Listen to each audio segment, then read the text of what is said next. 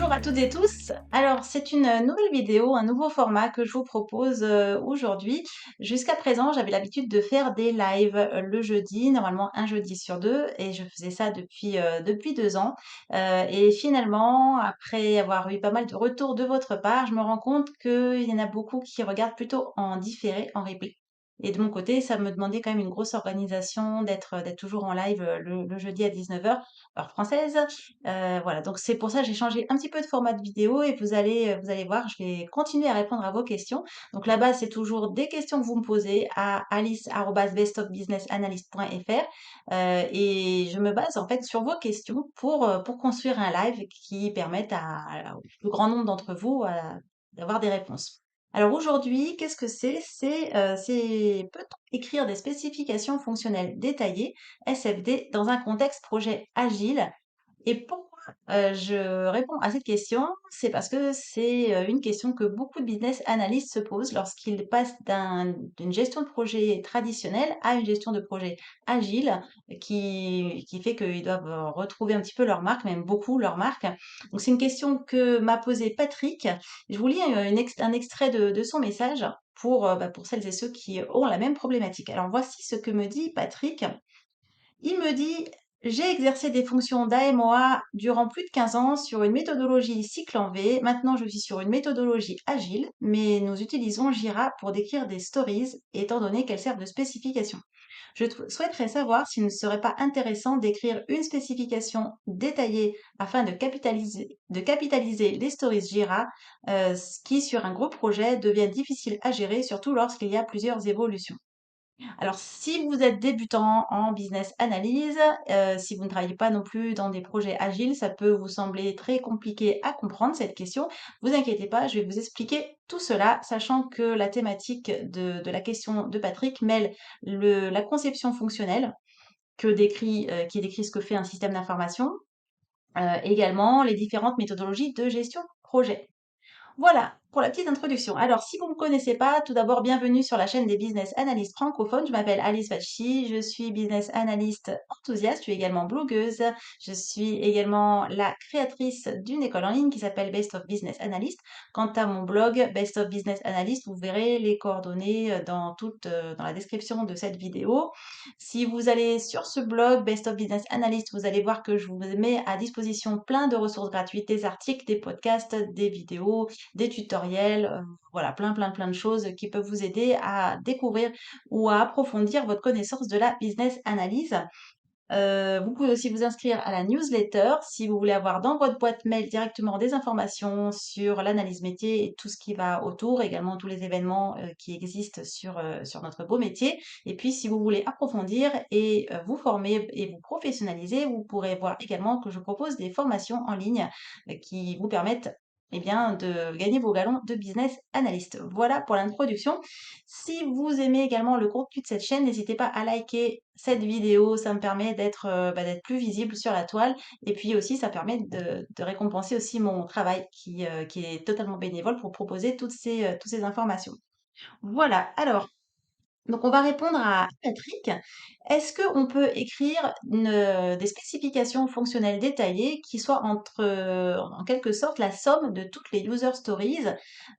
Donc ça, je vais vous expliquer, vous inquiétez pas, on va y répondre en suivant un plan, puisque si vous me suivez, vous savez que j'aime bien quelque chose de structuré. Alors d'abord, quelques rappels très rapides vraiment sur ce qu'est la gestion de projet informatique. Ensuite, en deuxième partie, on va parler des spécifications fonctionnelles détaillées. Si vous ne savez pas ce que c'est, eh bien, je vais vous expliquer ce que sont les SFD. Ensuite, on va comparer en fait la conception fonctionnelle qui est faite dans le cadre de projets traditionnels et la conception fonctionnelle qui est faite dans le cadre de projets agiles. Puis en dernière partie, je répondrai à Patrick. Voilà. Alors, aussi, avant de commencer, pour celles et ceux qui se demandent pourquoi je ne fais pas de slides, de PowerPoint, c'est parce que ça me demanderait énormément de temps supplémentaire. Ce seraient des cours, en fait, que je n'ai tout simplement pas le temps. Donc, déjà, ça me prend beaucoup de temps pour faire cette vidéo. Entre la conception de la vidéo, le fait de la tourner, de la monter, de la publier, ça me demande déjà beaucoup de temps. Donc comprenez que si je rajoutais en plus des supports, ça me prendrait encore plus de temps et je pourrais tout simplement pas vous proposer et publier autant de ressources gratuites si je devais faire ça en plus. Voilà, ça c'est une petite aparté pour celles et ceux qui me demandent parfois pourquoi je ne mets pas aussi des supports. Donc, première chose, que je voulais, vous expliquer avant de rentrer dans le vif du sujet, c'est déjà qu'est-ce que c'est que la gestion de projet informatique? Parce que si vous n'êtes pas dans ce milieu-là, beh, vous savez tout simplement pas ce que c'est, quand on parle d'approche agile, d'approche traditionnelle. Donc, je vais pas répéter tout ce que j'ai déjà, expliqué en long, large, en travers sur mon site, sur mon blog. Par contre, je vais vous rappeler juste quelques petites, on va dire, quelques petits fondamentaux pour que vous soyez pas perdus dans cette vidéo. La première chose, c'est de comprendre ce qu'est un projet. Donc un projet, selon le Project Management Institute, c'est une définition de 2017, c'est une initiative temporaire entreprise dans le but de créer un produit, un service ou un résultat unique. Donc lorsqu'on va créer un logiciel, eh bien on est dans un cadre projet où c'est une initiative temporaire, on met des ressources et donc des délais et un périmètre, on va dire, métier sur la table et on dit: «Bah, voilà, temporairement, on a une initiative qui va nous permettre de mettre en place, ces ressources, ce délai, le budget et tout ça dans l'objectif de créer un logiciel qui a, ce périmètre fonctionnel-là». Donc ça, c'est vraiment pour la compréhension de ce qu'est un projet. En termes de projet, plutôt de méthode de gestion de projet, pourquoi est-ce qu'on a plusieurs méthodes de gestion de projet? Si vous me suivez un peu ou si vous en avez déjà entendu parler, vous entendez peut-être la notion de cycle en V, en cascade, de méthode incrémentale, d'approche agile, etc. Donc ça peut vous sembler très compliqué à comprendre. Mais en fait, je vais vous expliquer aussi en 2 secondes. La gestion de projet, il faut savoir que elle existe, on va dire, depuis, je crois que c'est depuis la Renaissance avec les grands projets, notamment des cathédrales et cetera, où il fallait créer des ouvrages sur le long terme. Donc il fallait vraiment mobiliser des ressources, sur un temps, limité, pour un objectif précis et sans remonter quand même aussi loin, on peut remonter aux années 30, même aux années 50, pour commencer à voir la structuration de la gestion de projet, parce qu'avant, chaque projet, il y avait une manière de faire. À partir des années 50, on a commencé à se dire, bon, il faudrait peut-être rationaliser tout ça, standardiser tout ça. Donc, on a eu des premières bribes de méthodologie de gestion de projet qui restaient quand même dans le cadre des entreprises, qui n'en sortaient pas. Donc, chaque entreprise faisait à sa sauce. Ça a vraiment commencé à évoluer en 1969 lors de la création du Project Management Institute, qui est donc l'association la plus ancienne et la plus connue en matière de gestion de projet, et d'ailleurs que connaissent très bien les chefs de projet, puisque beaucoup d'entre eux sont formés au travers du schéma de certification du PMI, donc Project Management Institute. Il y en a d'autres, hein, il n'y a pas que le PMI, mais c'est quand même le plus ancien. Et donc à partir de cette date-là, 1969 aux États-Unis, on a commencé à voir fleurir des, méthodes de gestion de projet, qu'on appelait donc traditionnelles. Ce sont vraiment des modèles qui étaient, utilisés quelle que soit l'entreprise, à partir du moment où le chef de projet avait connaissance de l'existence de ce modèle et qu'il appliquait ça dans le contexte qui lui était propre. Donc ça, on va dire à partir de 1970 jusqu'à, les années 90, on a vraiment eu plein de modèles de gestion de projet qui sont nés. Les plus connus étant le cycle en V et le modèle en cascade. On a eu également, des modèles comme RUP, dont j'ai parlé d'ailleurs dans une autre vidéo, le framework, RUP. Et évidemment, ces modèles ont des limites, ont des lacunes, ce qui fait que chaque modèle essaie qui naît en fait, provient d'un besoin d'améliorer un autre modèle qui ne satisfait pas complètement les utilisateurs ou le chef de projet ou le client et cetera. Donc on a eu, les modèles, les approches agiles qui ont commencé à naître dans les années 90, mais on va dire que leur vrai lancement, ça a été, à partir de 2001 lors du manifeste agile, donc Agile Manifesto. Si vous regardez sur internet, vous verrez ce que c'est. Le manifeste agile, en 2001, l'objectif c'était, de ses fondateurs, c'était de dire: «OK, on a plusieurs approches agiles, mais il y a essentiellement 4 piliers fondamentaux de l'agilité et on veut que ces 4 piliers fondateurs, en fait, ils soient vraiment, même s'il y a plusieurs approches possibles en agilité, plusieurs méthodes de gestion de projet possibles, on veut que toutes les approches agiles, elles suivent ces 4 piliers fondamentaux. Donc là, pareil, le but, c'est pas de vous parler de l'agilité, donc je vous laisse regarder de votre côté. Mais Pourquoi? Parce que tout simplement, il y avait 2 problèmes principaux avec les approches traditionnelles. Le premier problème, c'est l'effet tunnel, c'est-à-dire que le client ne voyait son logiciel qu'au bout d'un long, laps de temps, une longue période de temps, le temps de concevoir la solution sur le plan fonctionnel, technique, de la coder, de tester. Parfois, il s'écoulait 2 ans, 3 ans avant que le client voit son logiciel et qu'il puisse l'utiliser et qu'il se rende compte au final que ça ne lui correspondait pas, pas du tout ou un peu. Donc ça, c'était vraiment très pénalisant au niveau de la satisfaction de l'utilisateur et du client. Ça, c'est l'effet tunnel. Et puis l'autre chose, c'est le manque de flexibilité de ces approches-là par rapport au changement, puisque on avait un cadrage en début de projet avec une situation A, et en fait, on se basait sur cette situation A pour de concevoir et coder le logiciel qui sortait 2 3 ans plus tard. Ou dans le meilleur des cas, même quelques mois plus tard, sauf que dans la vraie vie, eh bien, les choses évoluent dans une entreprise. Et sachant en plus que on ne peut pas anticiper tous les besoins à l'avance, on n'a pas tout dans notre tête. Souvent, des besoins émergent lorsque on manipule le logiciel, lorsqu'on l'utilise. Là, les utilisateurs, ils ont beau connaître leur métier, ils peuvent pas avoir en tête tout ce dont ils auraient besoin, notamment pour des logiciels qu'ils n'avaient pas du tout avant. Donc ça, c'était vraiment l'objectif des approches agiles, c'est de compenser toutes ces lacunes donc des approches de gestion traditionnelles. Et donc, on a eu une opposition vraiment dans la manière de gérer les projets avec les approches traditionnelles qui étaient dites prédictives. Donc, on commence un projet avec plein d'informations en main, le budget, le périmètre métier, les ressources, etc. Et les délais, bien entendu. Et avec tout ça, eh ben, on essaye de prévoir ce que va être le logiciel. Ça, c'est les approches traditionnelles. Et à côté, vous avez les approches agiles qui, de leur côté, sont dites adaptatives, qui, pour le coup, bah, vont progressivement développer le logiciel en s'adaptant aux besoins du client et puis bah, au contexte projet de manière générale.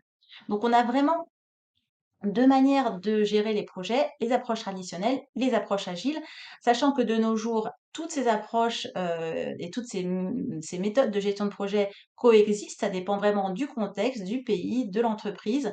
Il y a des entreprises qui travaillent que en agile, d'autres qui travaillent que en approche traditionnelle, d'autres ça dépend des projets, d'autres ça dépend du chef de projet qui a certaines habitudes ou certaines formations, certaines certifications. Donc tout ça fait que, eh bien, on a ces approches-là qui coexistent les unes avec les autres, sachant que quand même, en tout cas en France et dans les pays francophones, c'est encore les approches traditionnelles qui sont les plus importantes, mais les approches agiles, dont la méthode la plus connue c'est Scrum, il y a également Extreme Programming dont je vais parler tout à l'heure, eh bien ces approches elles prennent de plus en plus la place. Euh, je crois qu'on va bientôt dépasser la moitié des projets, alors peut-être dans les pays anglo-saxons, la moitié des projets qui sont gérés de manière agile. J'ai pas les chiffres, donc si vous les avez, n'hésitez pas à les mettre en commentaire. Mais voilà, ça c'est vraiment la compréhension déjà de base que la gestion de projet informatique, elle ne s'invente pas, c'est vraiment quelque chose qui est basé sur des approches et des gestions de projets qui sont standardisées, qu'il y en a plusieurs parce qu'il y a eu une évolution historique des besoins et des corrections au fur et à mesure de ce que certaines approches et méthodes de gestion de projet ne réussissaient pas à corriger. Voilà pour la petite introduction sur la gestion de projet. Alors, il faut savoir que le business analyst, il travaille différemment selon la méthode de gestion de projet qui est utilisée. Et même au sein des approches traditionnelles, par exemple, cycle en V versus modèle en spirale, ce sont des approches traditionnelles. Vous allez avoir une manière de travailler différente, des livrables qui vont être différents. Mais là où vraiment la différence se fait sentir, c'est clairement entre les approches traditionnelles et les approches agiles. Et donc un business analyst qui a l'habitude de travailler de manière traditionnelle et qui d'un coup va basculer sur des projets gérés de manière agile, il va être vraiment très très perdu, que ce soit en termes de jargon, d'organisation du travail, des artefacts, des livrables qui seront produits. C'est d'ailleurs l'un des commentaires de Patrick lorsqu'il m'a envoyé la question que ça faisait 15 ans qu'il travaillait sur des projets traditionnels et d'ailleurs, cela motive sa question parce qu'il recherche finalement dans les approches agiles à créer un livrable qui est un livrable clé en approche traditionnelle et qui s'appelle les spécifications fonctionnelles détaillées. Donc, eh bien, Patrick, il me demande pourquoi est-ce qu'on ne pourrait pas faire des spécifications fonctionnelles détaillées sur un projet agile, comme on le fait sur les projets traditionnels, ce qui permet d'avoir la vue de tout ce que le logiciel peut faire, toutes les fonctionnalités du logiciel et la manière dont le logiciel il fait interagir ces différentes fonctionnalités. Hem, En agile, on n'a pas de spécification fonctionnelle détaillée. Ce document qui réunit toutes les fonctionnalités du logiciel, il n'existe pas. Et donc, je vais vous expliquer ça. Déjà, dans la deuxième partie, je vais vous expliquer ce que sont les spécifications fonctionnelles détaillées. Donc, première chose, quand on revient sur des projets gérés de manière traditionnelle, donc les gestions de projets en cascade ou en V, bah, il faut savoir que le périmètre fonctionnel, il est parfaitement cadré dès le début. Ça veut dire que dès le début, on va définir une liste exhaustive des fonctionnalités et on va les décrire une par une. Donc chacune de ces fonctionnalités ou exigences fonctionnelles, elle va être détaillée de façon à ce qu'elle soit compréhensible par le client, donc la maîtrise d'ouvrage, et bah, ce client, en lisant la spec, il va pouvoir vérifier que la description correspond bien à ce que lui, il attend. Et puis, d'un autre côté, ces mêmes spécifications fonctionnelles détaillées, elles vont aussi être prises en main par l'équipe de développement, l'équipe technique qui va réaliser le logiciel en se basant sur la conception fonctionnelle et donc sur ces spécifications fonctionnelles détaillées. Alors, il faut vraiment comprendre aussi que dans les approches traditionnelles, on ne commence le code et la phase de réalisation du logiciel que lorsque l'intégralité, des fonctionnalités, des spécifications fonctionnelles du coup, ont été rédigées. Alors ça peut être éventuellement découpé par lot. Si vous avez des gros projets, il peut être découpé en plusieurs lots, en fait, qui correspondent aux fonctions principales. Mais de toute manière, si même si c'est découpé en lots, si c'est donc un projet incrémental, eh bien, il faudra quand même que sur ce lot-là, l'ensemble des spécifications fonctionnelles détaillées soient terminées, soient complétées, soient validées pour que l'équipe de dev puisse après commencer à coder le logiciel. Donc ça, il faut vraiment se rendre compte de ça et c'est encore plus vrai lorsque ce sont des projets qui ne sont pas découpés par lot, où là, clairement, il faudra que le business analyst, il ait écrit l'intégralité des fonctionnalités dans les spécifications fonctionnelles détaillées du logiciel avant que l'équipe de dev puisse s'en saisir et le développer. Évidemment, il faut que ça ait été validé par le client, puisque ça fait partie des étapes, des jalons du projet où la signature du client permet de débloquer l'étape suivante qui est la conception technique puis le code. Donc ça veut dire quoi? Ça veut dire que parfois, il peut se passer des semaines, voire des mois, voire des années, ça arrive dans le cas de très gros projets, avant le début des développements, donc entre le début de la rédaction des specs fonctionnels et le début des développements. Et puis après, il va encore se passer des mois avant que le client ou l'utilisateur final il puisse utiliser le logiciel, puisqu'il va falloir bah, faire la conception technique, donc architecturale et technique, les tests unitaires, les tests d'intégration, les tests métiers, l'acceptance utilisateur, et puis évidemment après toute la partie go live, mise en production, et donc toute cette partie de transition. Et donc là, il peut encore se passer énormément de temps avant que finalement l'utilisateur final et le client ils puissent utiliser le logiciel. Donc c'est vraiment ce qu'on appelle l'effet tunnel parce que entre le début et la fin, bah, il y a un long tunnel où le client il ne voit rien, il voit pas son logiciel et il ne le voit qu'à la fin. Donc, encore une fois, ce sont des approches qui restent totalement valables de nos jours parce que c'est adapté à certains projets, à même à de nombreux projets, notamment lorsqu'on connaît bien les fonctionnalités ou qu'on connaît bien les fonctions du logiciel en tout cas, et que le périmètre métier n'évolue pas ou peu. Donc et puis bon, il y a plein d'autres critères qui fait qu'on va choisir plutôt telle ou telle méthode de gestion de projet. Mais voilà, c'est quelque chose qui existe encore, dans beaucoup, beaucoup de projets. Et donc les spécifications fonctionnelles détaillées, c'est vraiment le document, il y en a plusieurs en réalité, plusieurs documents de spécifications fonctionnelles détaillées qui vont décrire précisément l'ensemble des fonctions d'un logiciel et c'est ce qui va fixer le périmètre fonctionnel du projet. Alors, la rédaction des spécifications fonctionnelles détaillées, elle est basée sur l'expression des besoins du client qu'on aura initialement regroupés éventuellement dans un cahier des charges et la spécification d'une fonction. Donc, c'est un document qui va reprendre une fonction et à l'intérieur, on aura des fonctionnalités. Eh bien, ça va décrire dans le détail les services que la fonction en question va rendre à l'utilisateur ou à une autre application. Vous pourrez par exemple avoir, si vous développez un site web, l'affichage de la page d'accueil, l'affichage des menus, l'identification des utilisateurs, le suivi des utilisateurs, la gestion d'un panier si c'est un site e-commerce, etc. Donc c'est vraiment toutes ces fonctionnalités que vous allez retrouver dans les spécifications fonctionnelles détaillées. Dans les spécifications fonctionnelles détaillées, on rajoute également tout ce qu'on appelle de modélisation, prototypage, règles métiers, glossaire. C'est un ensemble, en fait, tout simplement de compléments d'informations qui vont nous permettre de nous assurer que on transmet des spécifications exhaustives, claires, non ambiguës et consensuelles. Donc, il faut savoir que à ce stade, donc là, on est toujours dans les approches traditionnelles de gestion de projet, eh bien, les solutions techniques n'ont pas été abordées. Ça veut dire que les différentes fonctions de l'application, elles vont être détaillées, mais pas les moyens de la mettre en œuvre, sachant que l'architecture du système d'information et la technologie, les matériels seront décrits dans les spécifications techniques. Donc ça, c'est voilà, ça c'est vraiment pour comprendre ce que sont que les SFD.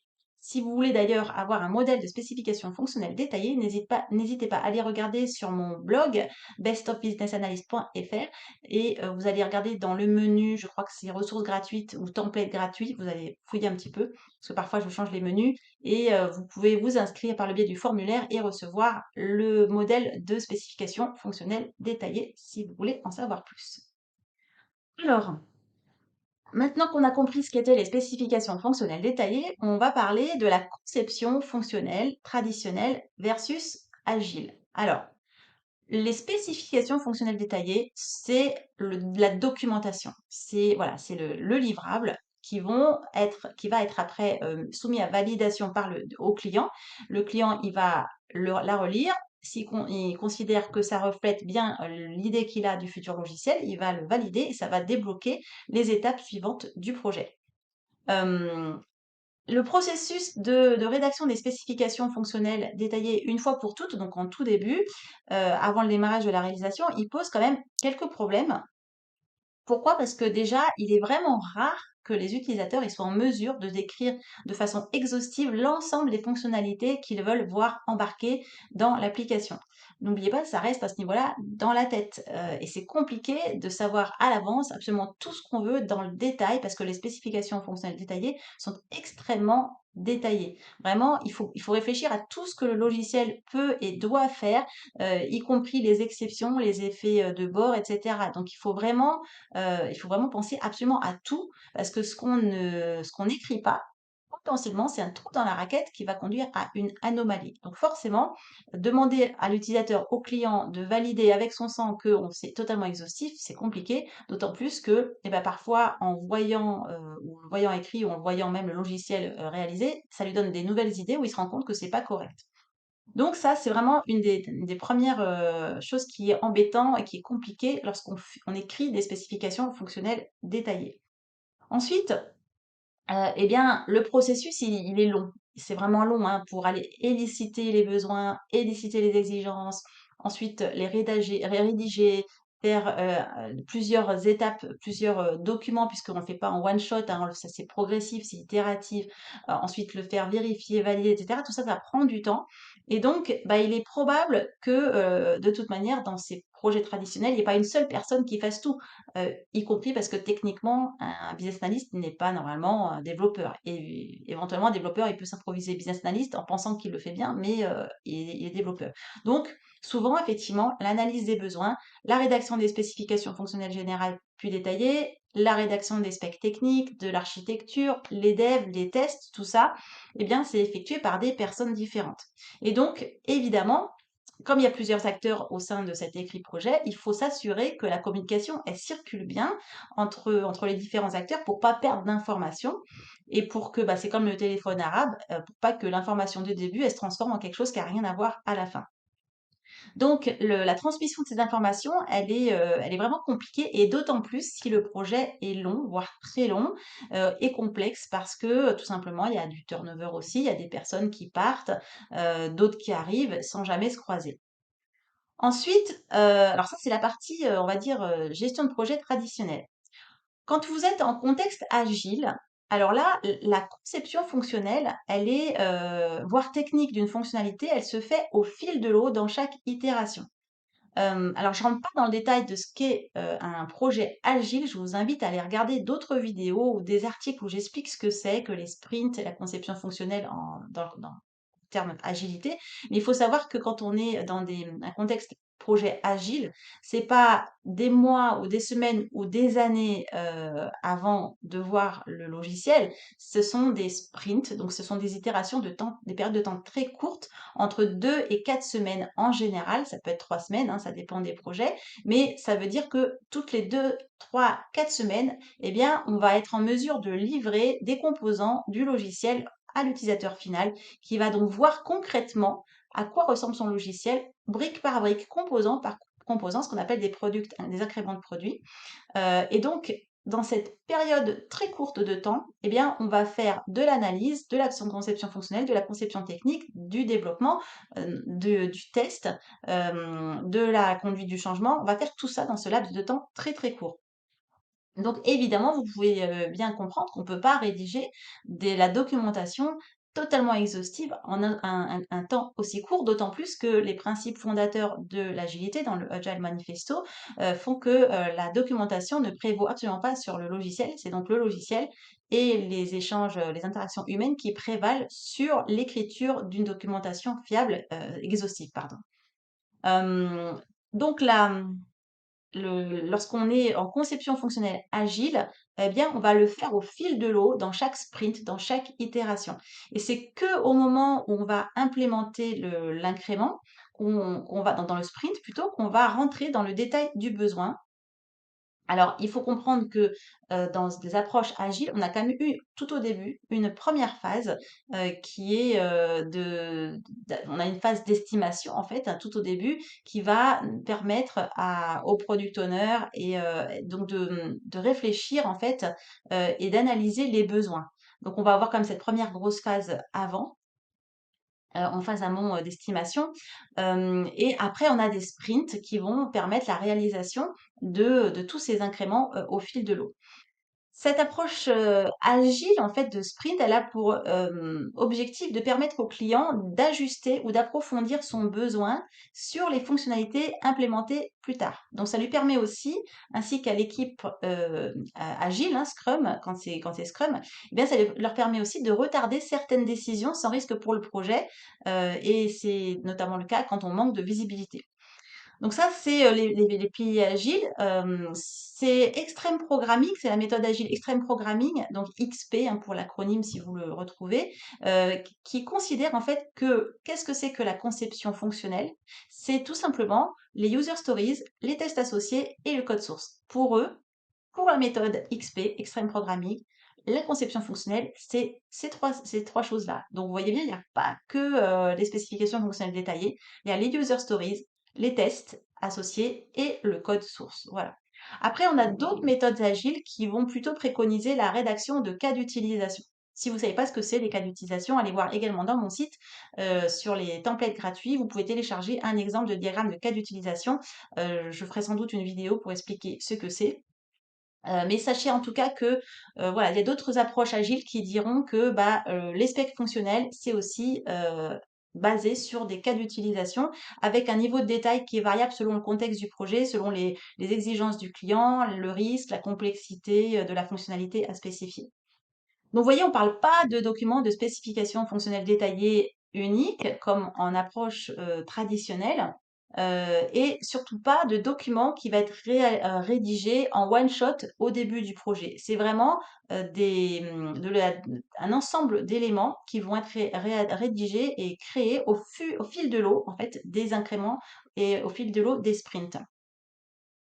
Donc, si on appelle ça du coup cet ensemble d'éléments, les spécifications fonctionnelles agiles, il faut savoir que voilà, ça va prendre corps au fur et à mesure du cycle de vie du projet, voire du produit, tout au long de son déroulement, que les spécifications fonctionnelles, elles vont donc être rédigées juste avant le développement.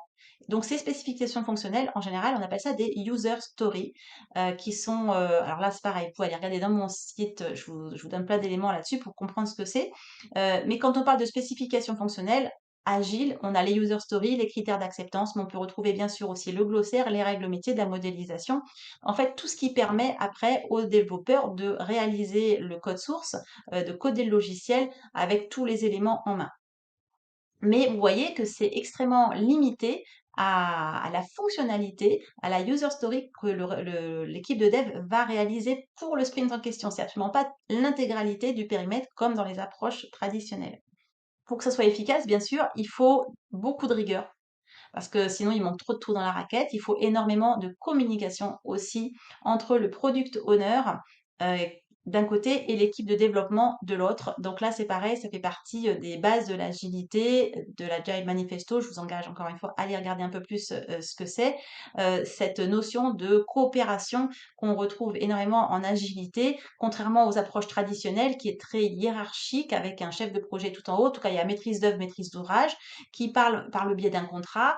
Et puis, il y a le chef de projet tout en haut de l'équipe de dev.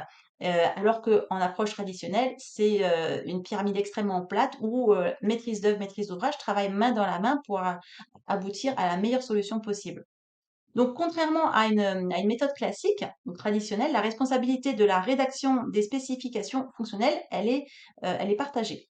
Alors attention, je reprends le terme de spécification fonctionnelle parce que je parle de ça, je réponds à Patrick, mais entre guillemets, ça n'existe pas, les spécifications fonctionnelles détaillées dans les approches agiles. On va parler user stories, on va parler de glossaires, de règles métiers, de critères d'acceptance, et éventuellement, les spécifications fonctionnelles, ça sera réduit à un simple tableur Excel avec l'intitulé de ce que c'est, mais ça n'a rien à voir avec le document hyper dense, hyper complet qu'on retrouve dans les approches traditionnelles.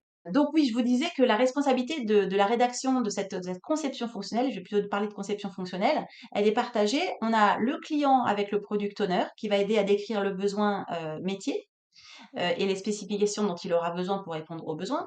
Et puis, vous avez après l'équipe de développement qui va déterminer l'architecture et les solutions techniques à mettre en œuvre. Et puis, ensuite, vous avez les testeurs qui vont identifier les cas limites à vérifier, sachant que l'identification des tests en amont des développements va permettre d'affiner en fait les spécifications, les user stories, et puis ça va permettre de vérifier plus rapidement la conformité du comportement de l'application. Donc, quand on a dit ça, eh bien, on comprend que rédiger des spécifications fonctionnelles détaillées, donc même ultra détaillées, n'a de sens que dans les approches traditionnelles, absolument pas dans un contexte agile.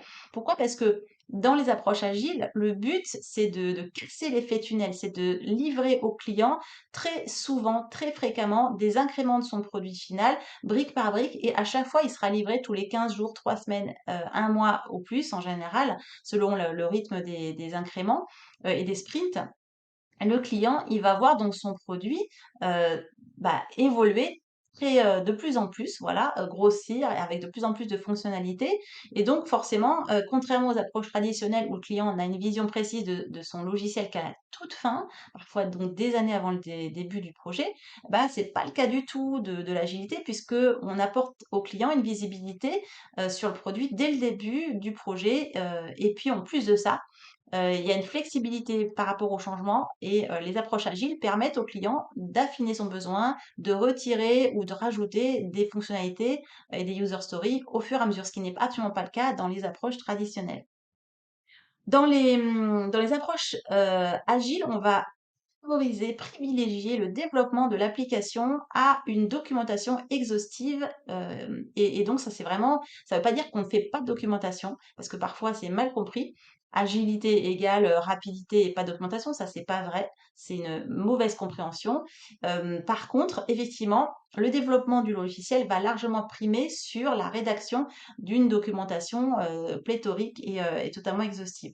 qui est d'ailleurs souvent tellement grosse et tellement, bah, même écrite, avec pas les bonnes pratiques, parce que quand je vois certaines spécifications fonctionnelles détaillées qui sont écrites comme si c'était un roman, c'est pas du tout des bonnes pratiques. Comment voulez-vous que derrière un client, un utilisateur clé puisse relire ça et ne pas et être en mesure de dire qu'il manque rien ou que toutes les remedies sont bonnes?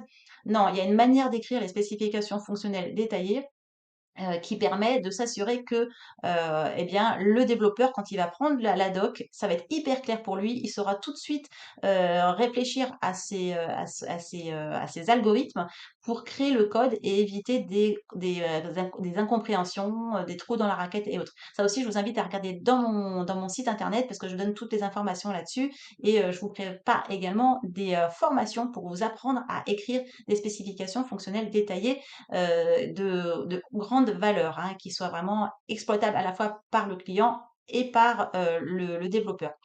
Donc, c'est vraiment important de comprendre que lorsqu'on est dans un contexte agile, eh bien, ça n'a pas de sens de faire des spécifications fonctionnelles détaillées pour toutes ces raisons-là.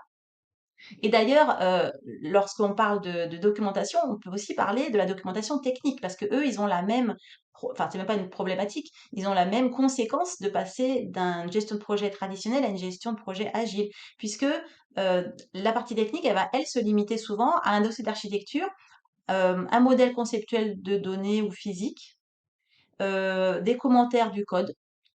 Et puis, voilà, une spécification qui détaille, des modules qui sont éventuellement complexes. Ça, c'est pour permettre, une meilleure maintenance du produit plus tard.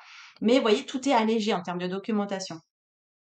Il faut savoir quand même que le but, c'est aussi d'avoir des gains de productivité par rapport à une approche traditionnelle, puisqu'on ne perd pas un temps considérable en rédaction. Si vous êtes business analyst et que vous travaillez sur les approches traditionnelles, vous savez le temps énorme qu'on passe pas à rédiger des spécifications exhaustives, fiables, non ambiguës. C'est un peu dément le temps qu'on passe dedans. Et puis après, toute la phase de validation aussi, qui est très, très longue lorsqu'on fait des spécifications fonctionnelles détaillées. Pour autant, vous voyez, j'ai parlé de spécification fonctionnelle détaillée et de conception fonctionnelle. La conception fonctionnelle, elle existe quel que soit le projet. On ne peut pas, comme il y a 30 ans, 40 ans, directement aller coder un logiciel. On est obligé de passer par une conception fonctionnelle, c'est-à-dire avoir une vision de ce à quoi va représenter, va être le produit et et également une visualisation avant qu'il n'existe physiquement parlant. Donc cette conception fonctionnelle, elle existe, sauf qu'elle est faite différemment, avec une organisation du travail différente, avec un timing différent, avec un périmètre différent également. Donc ça, évidemment, la conception fonctionnelle existe et en agilité, c'est juste fait d'une autre manière, avec d'autres artefacts, un autre timing, etc.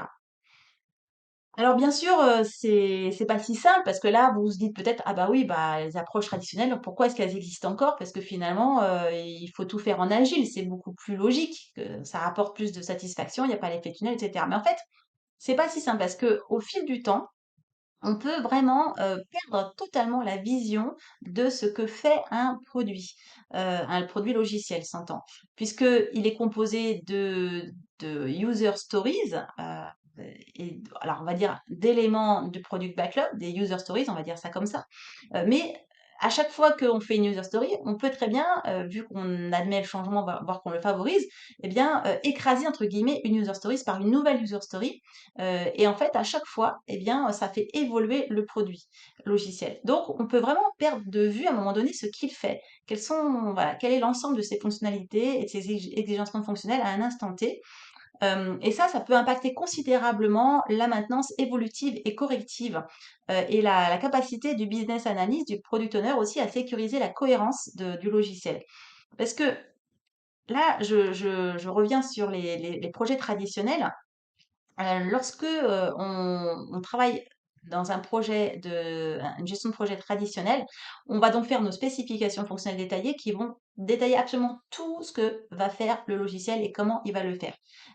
Et donc ça, lorsqu'on va après livrer le logiciel, à la maîtrise d'ouvrage et au client final, il y aura aussi cette documentation. C'est comme si vous recevez votre voiture du concessionnaire, vous avez, le livret du conducteur, vous avez toutes les fonctionnalités de la voiture, et cetera. Bah, c'est pareil, le logiciel, il est livré avec ses specs détaillées, qui sont exhaustives à ce moment-là, et qui sont à jour. Et après, ben, il y a la maintenance qui va s'étaler pendant des années jusqu'à ce que le logiciel il devienne obsolète et que et ben, qu'on décide éventuellement euh, de de le mettre au rebut. Donc là, les specs, elles vont être mises à jour aussi par l'équipe de maintenance. Normalement, je parle des bonnes pratiques, hein. À chaque fois qu'il y a une demande d'évolution qui va arriver, pendant les années qui vont suivre, il faudrait mettre à jour les spécifications fonctionnelles détaillées d'origine et également, bah, si c'est des demandes d'évolution majeures ou mineures, alors majeures, ça va conduire à la création d'un nouveau projet. Les demandes d'évolution mineures, ça sera par le biais de tickets voilà, pour dans le cadre de la maintenance évolutive et corrective. Et de même, quand on va corriger des anomalies fonctionnelles, eh bien, tout ça fait que normalement, on devrait mettre à jour les spécifications fonctionnelles détaillées d'origine. Ça, c'est dans les bonnes pratiques et c'est dans le cas où il existe des spécifications fonctionnelles détaillées, puisque plusieurs années auparavant, il y a 20 ans, il y a 30 ans, ça n'existait pas forcément. Le logiciel pouvait être livré sans spécification. Mais admettons, on est dans un cadre où il y a eu les spécifications fonctionnelles détaillées qui ont été livrées en même temps que le logiciel. Les bonnes pratiques, ça serait de les mettre à jour constamment pendant la phase de maintenance des demandes d'évolution de la part des utilisateurs. Donc ça nous permet, quand on est en gestion traditionnelle, d'avoir toujours la vision à jour et complète de ce que peut faire le logiciel, donc de ses exigences fonctionnelles, de ses exigences non fonctionnelles. Euh, mais comment est-ce qu'on fait quand on est dans une approche agile, vu qu'on n'a pas de spécification fonctionnelle détaillée? Le postulat de Patrick, c'est de dire, ben, puisque les user stories, c'est entre guillemets des fonctionnalités, pourquoi est-ce qu'on ne ferait pas un document qui serait une agrégation de toutes les user stories et en fait, ça serait ça, nos spécifications fonctionnelles détaillées. Sauf qu'en réalité, ça marche pas comme ça et je vais vous l'expliquer dans la dernière partie. Juste avant, pourquoi est-ce que on a besoin, nous, en tant que business analyst, d'avoir des spécifications fonctionnelles détaillées à jour et complètes, c'est parce que quand on a, par exemple, un ticket, une demande d'évolution ou une de correction, on va devoir analyser l'impact que cette demande a sur le système existant pour éviter de faire des régressions, de faire que le logiciel, éventuellement, ce qui marchait bien avant, ça ne marche plus parce qu'on a mis en place une correction ou une évolution fonctionnelle au métier. Donc ça, il faut qu'on passe nos analyses d'impact. Et comment le faire si on a zéro documentation en main? On ne va pas aller dans le code, c'est pas notre job. Et en plus, même en allant dans le code, les développeurs, ils vont pas pouvoir voir toutes les règles métiers, les interactions entre les fonctionnalités, les cas X, Y, Z, etc. Ils verront pas. Donc c'est en général le gros problème des équipes de maintenance, c'est de faire des analyses d'impact à chaque fois qu'ils ont un ticket pour savoir est-ce qu'il y a un impact à modifier la solution si on doit faire une correctif ou une évolution. Donc voilà pourquoi nous, en tant que business analyst, on recherche de la documentation exhaustive et fiable pour faire notre travail. Et donc, en approche agile, on n'a pas ce document. Donc comment fait-on? Et c'est donc, encore une fois, la problématique probablement aussi de Patrick, auquel je vais répondre dans cette quatrième partie. Alors, pourquoi, que dit Patrick? Peut-on écrire une sorte de grosse SFD, spécification fonctionnelle détaillée, qui soit la somme de toutes les user stories? En gros, hein, c'était la question sous-jacente. Alors, premièrement, pourquoi est-ce qu'il pose la question? J'ose l'ai évoqué, mais déjà, je voudrais dire une chose, c'est que il introduit en disant j'ai été AMOA, donc assistant à la maîtrise d'ouvrage, pendant 15 ans en approche traditionnelle. Donc effectivement, bah, tout simplement, quand on est business analyst, assistant à maîtrise d'ouvrage, c'est la même famille, on va dire.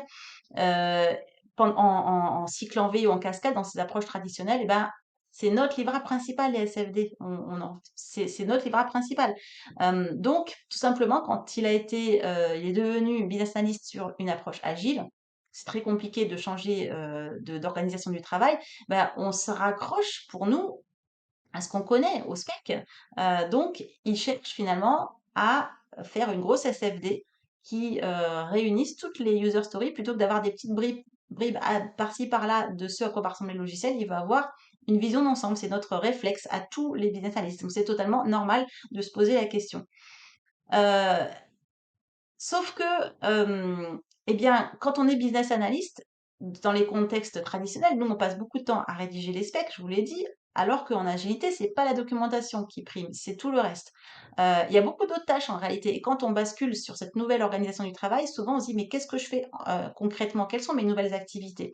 Pour ça, je vais pas aborder le sujet là, ça serait trop long, c'est déjà assez long comme ça.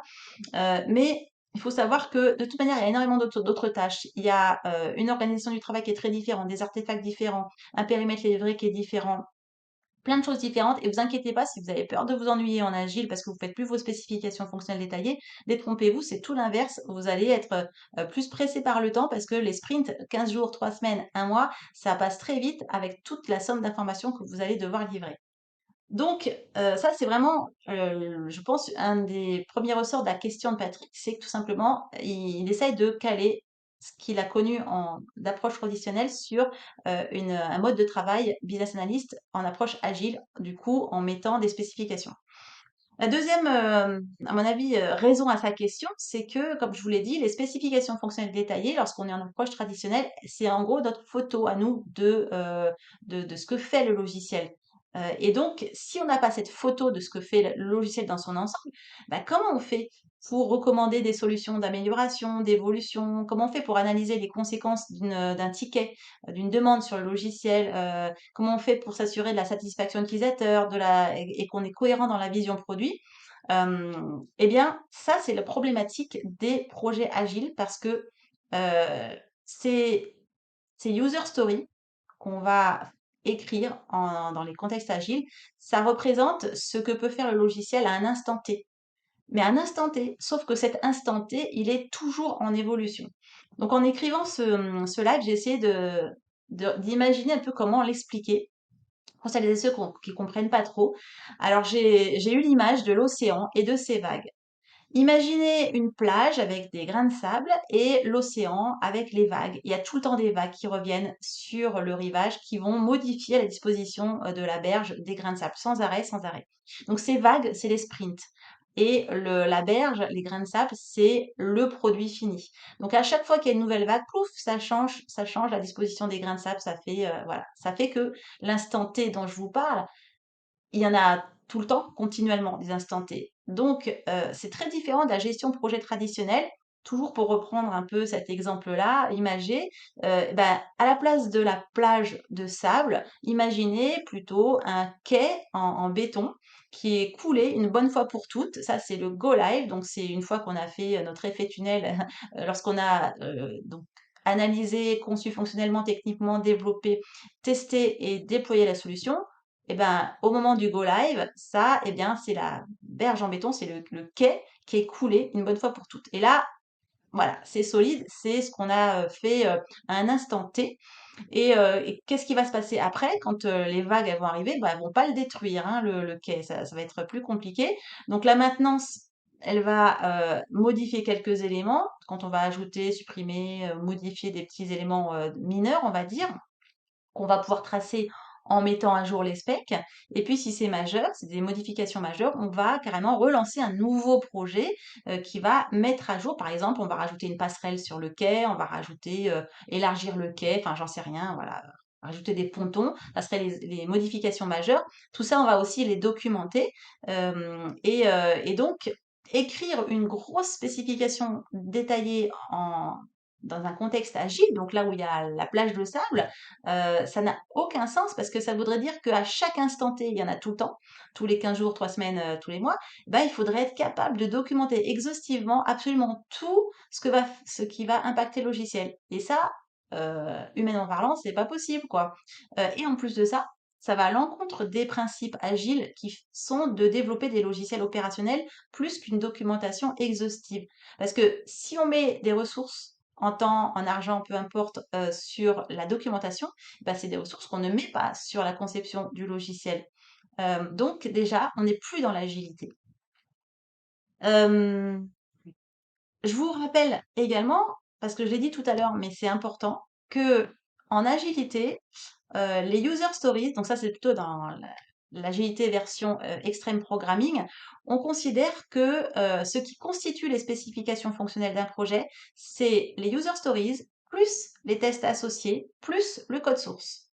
Et on peut aussi rajouter dans d'autres méthodes les cas d'utilisation selon voilà, avec un niveau de granularité qui dépend des projets et de la solution. Et également, vous rajoutez le glossaire règle métier modélisation. Donc, il faut vraiment comprendre que en approche agile, ça n'est juste ni possible ni souhaitable de faire des spécifications fonctionnelles détaillées qui regroupent absolument tout ce que peut faire le logiciel à un instant T, puisque cet instant T, il est tout le temps en constante modification. Pourquoi malgré tout ça peut poser problème à des business analysts comme Patrick, et ça m'a posé problème, et je suis sûre que ça pose problème à plein de gens de ne pas avoir ces fameuses spécifications fonctionnelles détaillées, c'est que finalement, tout notre enjeu à nous, business analyst, c'est de nous assurer que on propose la meilleure solution possible à l'utilisateur final et au client. Donc, sachant que c'est pas forcément le même, hein, le client c'est celui qui paye, l'utilisateur final ça peut être un client du client lui-même. Si c'est par exemple une marketplace, voilà, Amazon ou quoi, c'est pas voilà, Amazon c'est votre client et les clients dont vous pouvez faire partie, ça serait les clients d'Amazon. Donc voilà, notre objectif à nous, business analysts, c'est de nous assurer qu'il y a une satisfaction constante des utilisateurs derrière et qu'on est capable, du coup, à chaque demande, de s'assurer qu'il n'y a pas des effets de bord qui sont pas prévus parce qu'on n'aura tout simplement pas eu la capacité à les percevoir.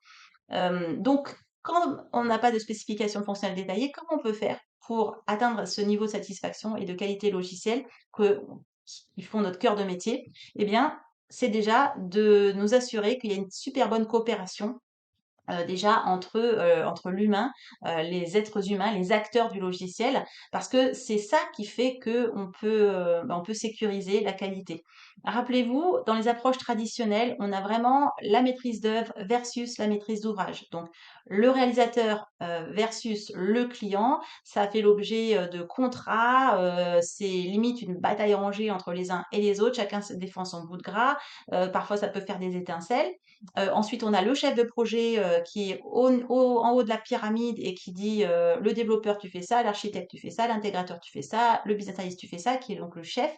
Alors que la posture agile, c'est absolument pas ça. C'est vraiment une collaboration de tous ces acteurs-là.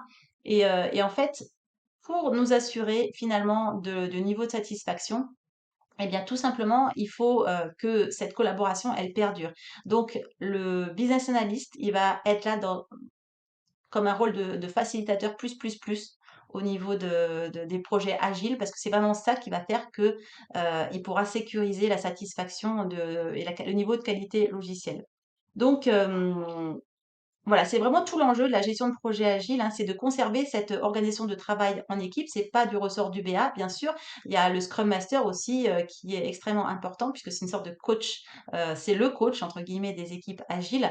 Donc vous voyez, quand on parle de est-ce que je pourrais pas faire des spécifications, écrire des spécifications fonctionnelles détaillées qui soient la somme de toutes les user stories agiles, le fait de répondre non, c'est pas possible parce que l'instant T varie toujours et que on passerait notre temps à faire ça et que ça n'est absolument pas dans les principes fondamentaux de l'agilité et que ça serait contre-productif, il faut derrière proposer une solution. La solution pour l'instant, la seule qu'on ait à proposer, c'est eh bien jouer le jeu à fond de l'agilité selon les principes fondateurs de Agile Manifesto qui sont de collaborer, collaborer, collaborer.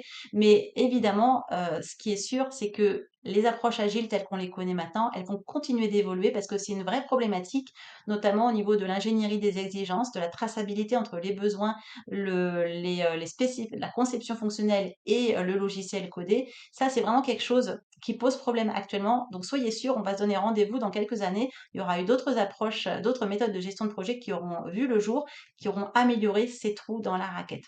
Voilà pour la réponse que je peux faire à Patrick. Si vous avez des commentaires, vos propres réflexions, n'hésitez pas à les mettre en commentaire pour enrichir le débat et aider toute la communauté de business analysts.